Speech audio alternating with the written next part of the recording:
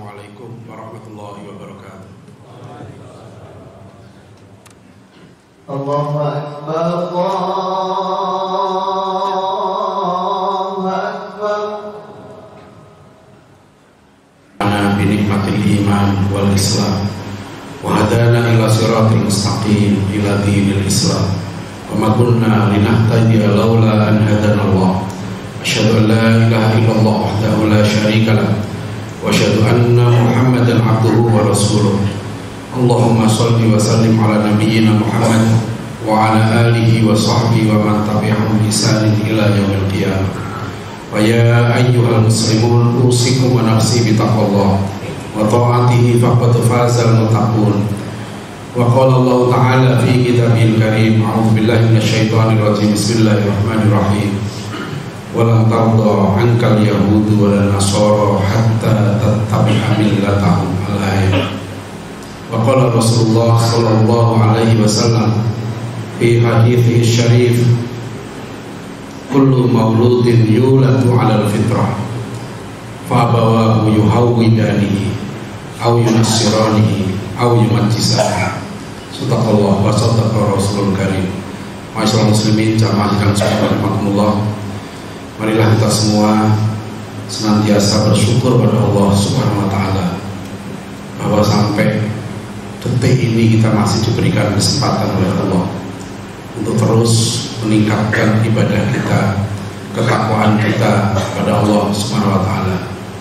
Salawat dan salam kita haturkan kepada Rasulullah Muhammad sallallahu alaihi wasallam, kepada keluarga, sahabat dan pengikut beliau sampai akhir zaman nanti. Hadirin rahimakumullah, Allah sudah mengingatkan pada kita semua, walan tarda ankal yahudu walan nasara hatta tattabi'a millatahum, bahwa kaum Yahudi Nasrani itu tidak akan pernah ridho pada kalian sampai kalian ikuti milah mereka, kalian ikuti agama mereka, kalian ikuti tradisi mereka. Rasulullah SAW juga mengingatkan pada kita semua, kullu mauludin yuladu 'alal fitrah. Setiap anak itu lahir dalam keadaan fitrah, dalam keadaan dia sebetulnya sudah bertauhid kepada Allah SWT. Tetapi fa'abawahu yuhawwidani aw yunassirani aw yumajjisani, tetapi kedua orang tuanya yang mendidik anaknya, yang mengarahkan anaknya agar dia punya sifat-sifat seperti Yahudi, Nasrani atau Majusi. Masyaallah muslimin rahimakumullah, sudah 14 bulan lebih saudara-saudara kita di Gaza, di Palestina dihabisi, dihancurkan, dibunuh dengan cara-cara yang luar biasa biadabnya. 45.000 lebih saudara-saudara kita telah gugur. Insya Allah mereka semua syahid. Sebagian besar adalah wanita dan anak. Umat manusia marah, bukan hanya umat Islam, seluruh dunia sekarang. Hanya sebagian kecil 1-2 negara yang masih membela kaum Zionis. Saudara-saudara kita ini, meskipun mereka diuji oleh Allah dengan ujian yang sangat berat, tetapi mereka telah menunjukkan ketangguhan yang luar biasa. Bahkan akhlak mereka, kesabaran mereka, ketinggian budi pekerti mereka, ketabahan mereka telah menarik banyak sekali orang sekarang ini untuk masuk Islam. Orang-orang di Eropa dan Amerika tidak sedikit yang sekarang mereka tertarik untuk belajar Al-Quran, ingin tahu lebih jauh ajaran Islam. Kenapa? Karena mereka melihat bagaimana mungkin ada manusia-manusia yang hidup dalam penderitaan yang luar biasa, yang seluruh keluarganya habis meninggal, tapi manusia ini tidak stres. Manusia ini tidak bunuh diri. Padahal mereka mereka sendiri di dunia barat banyak yang hidup bergelimang harta kekayaan, popularitas, tapi mereka justru terus-menerus bergantung kepada Allah. Mereka tidak menemukan kebahagiaan. Tidak sedikit mereka yang kemudian untuk tidur saja harus minum obat-obatan. Maka mereka tak heran-heran melihat saudara-saudara kita di Palestina, anak-anak kecil yang kehilangan orang tuanya, saudara-saudaranya, tapi masih bisa tersenyum dan tidak menyerah kepada kondisi penderitaan yang mereka alami sekarang. Akhlak yang ditunjukkan saudara-saudara kita di masyarakat muslimin rahimahumullah telah menarik banyak orang untuk masuk Islam. Orang-orang barat tidak masuk Islam karena orang-orang Islam itu kaya.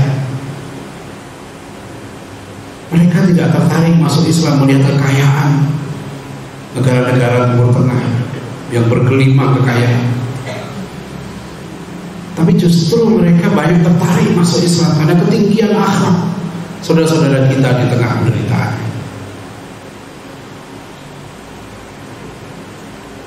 Presiden kita, pemerintah kita luar biasa telah berjuang. Tapi umat Islam yang jumlahnya 2 miliar belum mampu mengatasi masalah yang ditimbulkan oleh kaum yang sangat kecil. Dalam statistik resmi jumlah orang Yahudi di seluruh dunia tidak sampai 15 juta orang. Jumlah umat Islam ini 2 miliar. Masyaallah muslimin rahimahullah. Kita doakan terus saudara-saudara kita yang sedang berjuang semampu kita. Kita bantu dengan bantuan semampu kita. Minimal kita terus panjatkan doa. Insya Allah doa kita tidak sia-sia. Belum pernah dalam sejarah kaum Zionis ini mengalami ketakutan, mengalami kekalutan seperti sekarang ini. Dunia terbuka mata mereka sekarang. Oh, inilah kaum yang sadis, yang kejam, yang sangat jauh dari nilai-nilai kemanusiaan. Bahkan sebagian penulis di Barat sekarang ini mulai menulis artikel tentang akhir sejarah peradaban Barat. The end of the West sudah berakhir. Karena dulu bangsa Barat ini mengagungkan, membanggakan kemanusiaan, humanity, membanggakan human right, menjanjikan perdamaian, tapi janji mereka tidak terbukti. Bahkan mereka sekarang dengan angkuhnya, dengan sombongnya, karena kekuatan militernya masih bertahan. Itu yang dihadapi saudara kita di sana. Tapi kita masyarakat muslimin rahimahumullah, kita di negeri kita ini juga menghadapi tantangan yang tidak ringan. Rasulullah SAW mengingatkan setiap anak lahir dalam keadaan fitrah, tapi 2 orang tuanya yang menjadikannya Yahudi, menjadikannya Nasrani atau Majusi. Apa maksudnya? Orang tua banyak mendidik anaknya menjadi Yahudi. Bukanlah orang-orang Muslim ini menukar agama anaknya dari Muslim menjadi agama Yahudi. Karena agama Yahudi itu hanya dipeluk oleh kaum Yahudi saja. Agama enoteisme. Orang Yahudi tidak tertarik untuk menyebarkan agamanya kepada orang bukan Yahudi. Karena bagi mereka hanya orang Yahudi yang layak memeluk agama Yahudi. Kita perlu mengingat kembali peringatan Allah dalam Al-Quranul Karim. Begitu banyak ayat-ayat Al-Quran yang menceritakan sifat-sifat kaum Yahudi, perilaku kaum Yahudi, sejarah kaum Yahudi, keculasan kaum Yahudi. Bahkan Bahkan dalam surat Al-Fatihah saja kita sudah berdoa, mudah-mudahan kita dijauhkan dari golongan al-makhdub, dari jalan al-makhdub. Kata Rasulullah, al-makhdub itu adalah al-Yahud, orang-orang yang dimurkai Allah. Sifat-sifat mereka, masalah muslimin rahimahumullah, yang digambarkan dalam Al-Quran sekarang ini bisa kita lihat langsung di layar-layar media kita.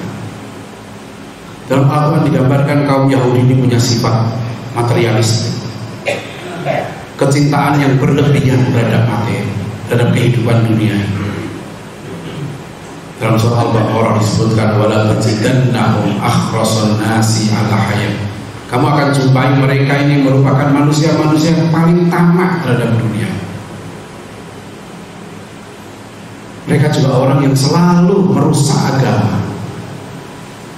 Kerjaan mereka, kalau kita sekarang bicara tentang liberalisasi agama, sekularisasi, kaum Yahudi lah yang pertama kali membentuk yang disebut sebagai liberal Judaism, Yahudi liberal, diikuti nanti dengan Kristen liberal. Agama lain ikut juga, bahkan sebagian orang Muslim pun ikut kemudian meliberalkan agama. Kita bisa jumpai liberal di salah satu sektor resmi dalam agama Yahudi. Mereka punya buku-buku, ajaran-ajaran, termasuk diantaranya sudah menyelenggarakan perkawinan sesama jenis di tempat-tempat ibadah mereka di sinagog. Kaum Yahudi liberal, mereka telah merusak agama mereka. Al-Quran sudah mengingatkan ini, wala talbisul haqqa bil batil wa taktumul haqqa wa antum ta'lamun. Jangan kalian mencampur aduk yang hak dan yang batil dan menyembunyikan kebenaran, dan kamu tahu. Dalam soal Al-Baqarah ayat 75 dan 79 Allah mengingatkan kerjaan orang-orang Yahudi itu merusak agama mereka, merusak kitab mereka. Afatatma'una ayyuminu lakum faqad kana fariqum minhum yasma'una kalam Allah thumma yuharrifunahu min ba'di ma aqaluhu wa hum ya'lamun. Mereka menyembunyikan ayat, mereka menukar-nukar ayat. Apa kamu ingin mereka itu beriman kepadamu, wahai Muhammad? Padahal segolongan dari mereka itu telah menerima yasma'una kalam Allah, mereka telah mendengar kalam Allah. Thumma yuharrifunahu, dan mereka ubah-ubah ayat-ayat Allah. Min ba'di ma aqaluhu, justru setelah mereka paham. Wa hum ya'lamun, dan mereka ngerti, paham. Bangsa Yahudi bangsa Muslimin dikenal sebagai bangsa yang sekarang mengembangkan paham materialisme, dan Al-Quran sudah mengingatkan itu. Al-Baqarah 55. Wa idh qultum ya Musa lan nu'mina laka hatta narallaha jahratan fa akhadhatkum as-sa'iqatu wa antum tanzurun. Ingatlah ketika kalian berkata kepada Nabi Musa, pada Musa, ya Musa lan nu'mina laka, wahai Musa kami tidak akan beriman kepadamu sampai kami melihat Allah dengan mata kepala kami sendiri. Ini adalah bahasa ilmu pengetahuan kita sebut sebagai paham empirisisme, yang tidak bisa diindra, tidak disebut ilmiah. Ilmiah itu yang terindra dan yang terakal. Wahyu ditolak menjadi sumber ilmu. Dan ini mohon maaf, masyaallah muslimin rahimahumullah, inilah yang sekarang kita hadapi. Kita dulu di sekolah, anak-anak kita sampai sekarang masih diajarkan asal usul manusia dari bangsa monyet, bangsa kera, manusia goa sekian ratus ribu, sekian juta tahun yang lalu. Teori tentang asal usul manusia itu ada dalam kitab suci kita, dalam Al-Quran. Kita ini Bani Adam, jarak kita dengan Nabi Adam itu hanya sekitar 7.000 tahun. Kita nggak ada hubungan, Bani Adam nggak ada hubungan dengan manusia-manusia purba. Kita nggak tahu, dan Al-Quran tidak bicara itu. Yang penting kita Bani Adam tujuannya untuk apa diciptakan Allah? Untuk beribadah. Wa ma khalaqtul jinna wal insa illa liya'budun. Tujuan terpenting kita itu hidup itu beribadah. Tapi di sekolah, bahkan di kampus-kampus kita dibelokkan. Tujuan terpenting itu cari makan. Cari makan penting. Orang sekolah, kuliah tujuannya apa? Untuk menjadi hamba Allah yang soleh, untuk beribadah. Ataukah untuk gimana kamu bisa cari makan? Mencari makan penting, tapi mencari makan untuk ibadah. Masalah muslimin rahimakumullah. Dikasih lagi teori tentang kebutuhan manusia. Mungkin kita masih ingat semua diajari di sekolah-sekolah. Kebutuhan primer manusia itu 3, sandang, papan, pangan. Itu kan kebutuhan materi, kebutuhan fisik kita. Jiwa kita itu butuhnya zikir. Jiwa kita itu butuhnya ibadah. Kebutuhan paling primer dalam diri kita, bagi kita sebagai manusia itu ibadah kepada Allah, berzikir. Ala bidzikrillah tatma'innul qulub. Gak ada teori itu diajarkan ke anak. Coba lihat sekarang, kalau disebut dengan sekolah unggul, universitas unggul, apakah universitas itu yang unggul adalah yang mendidik mahasiswanya menjadi orang-orang takwa, orang-orang soleh, orang-orang yang jujur, orang-orang yang taat kepada orang tua, yang beradab? Apa itu yang paling diutamakan? Enggak. Yang disebut unggul itu adalah sekolah yang lulusannya bisa kuliah di tempat yang memungkinkan dia bekerja dan dapat duit banyak. Ibarat dikasih lagi kita teori-teori kelas menengah, kelas bawah, kelas atas. Kelas atas adalah orang-orang yang penghasilannya sekian, menengah sekian, bawah sekian. Ini gak pernah ada masalah muslimin. Di zaman Rasulullah SAW membagi manusia, kelasnya bukan begitu. Yang paling tinggi yang takwa. Teori pendidikan kita paling tinggi sekarang. Cara berpikir yang tinggi itu untuk create, untuk menciptakan sesuatu. Dia hebat menemukan temuan-temuan ilmiah. Tapi Rasulullah mengajarkan kita yang paling hebat bukan dia menemukan sesuatu, tapi yang paling hebat adalah anfa'uhum linnas. Dia ilmuwan pinter, menemukan banyak hal, tapi temuannya nggak bermanfaat. Dia punya formula menyembuhkan penyakit tertentu. Formula itu dia jual kepada perusahaan Yahudi. Dia pinter, tapi dia nggak berguna untuk masyarakat. Rasulullah mengajarkan kepada kita yang terbaik di antara kamu yang paling bermanfaat, yang terbaik di antara kamu yang takwa, yang paling sempurna imannya, yang paling baik akhlaknya. Akmalul mu'minina imanan ahsanuhum khuluqan. Sekarang masalah muslimin rahimakumullah, tanya pada sekolah-sekolah kita, siapa yang disebut murid terbaik? Siapa yang sekolah unggul? Kampus unggul, apakah rektornya, dosennya rajin sholat jamaah, rajin tahajud, rajin sedekah? Padahal konstitusi kita mengamanahkan pendidikan kita ini harus meningkatkan keimanan dan ketakwaan serta akhlak mulia. Seorang kepala daerah dianggap berhasil, apa yang dinilai? Apakah dalam 5 tahun dia berhasil meningkatkan partisipasi jamaah sholat subuh orang-orang di daerah? Apakah dia berhasil menurunkan angka buta huruf Al-Quran? Apakah dia berhasil meningkatkan indeks kejujuran? Kita malu masalah muslimin. Bangsa yang hampir ateis seperti Finlandia disebut sebagai negara paling jujur sedunia. Mereka nggak mau ngambil hak orang lain.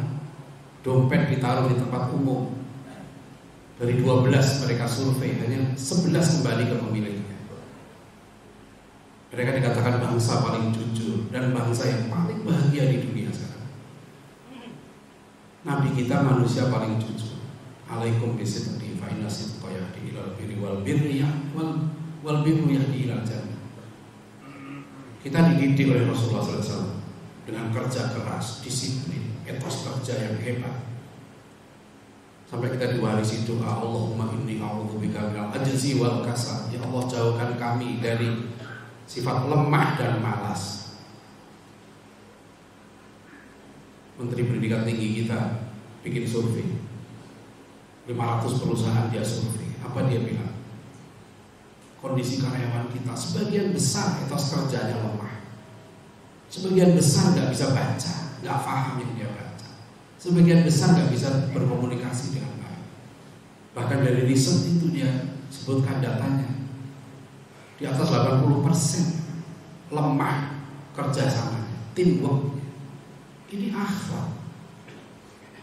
Mereka bilang soft skill ya. Karena Rasulullah SAW itu mendidik kita dengan akhlak, akhlakul karimah. Beliau manusia paling jujur. Beliau manusia yang satu-satunya manusia yang sempurna akhlaknya, ya Rasulullah SAW. Dan itu kunci kemenangan.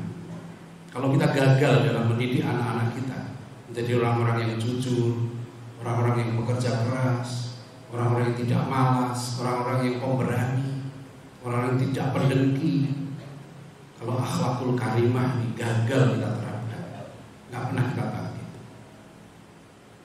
Apalagi muncul penyakit hati yang Bapak Muhammad Natsir ingatkan, penyakit yang paling berbahaya menurut Pak Natsir yang melanda umat kita sekarang ini adalah penyakit hubbud dunia.